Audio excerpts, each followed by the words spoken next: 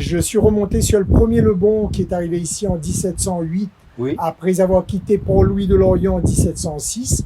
Et donc, j'ai fait une enquête sur lui, j'ai regardé comment il vivait sur le Bourbon de 1710. Il avait un métier, c'était quoi son occupation? Quand il prend le bateau, il est marin ou Des charpentiers apparemment. Mhm. Donc,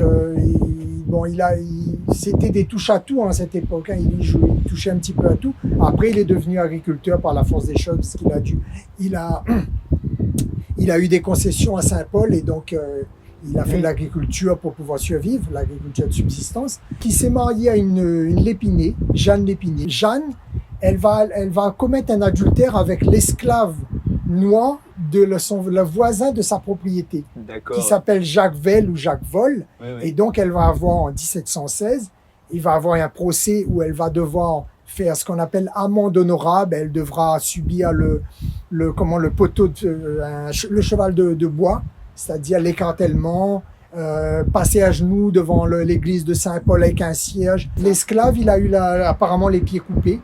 Donc, elle a reconnu dans les écrits qu'elle avait vraiment un véritable amour, qu'elle est partie par amour. Elle a assumé cet amour. Et quelques mois après d'être partie marron avec cet esclave, le premier Lebon Pierre-Paul, qui est en fait un bâtard, issu de la liaison adultère entre Jacques Velle et le Jeanne Lépinée. Et donc, tous les Lebons qui vont faire leur généalogie et qui auront Pierre-Paul dans leur arbre généalogique sont en fait des Velles issus de la relation adultère. Je détaille dans le livre son inventaire.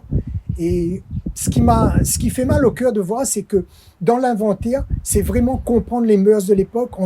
On voit par exemple un violon, des balles de mousquet, on voit des marmites, de la soie, des étoffes, et en même temps, un noir, 33 ans, Valence, 200 livres.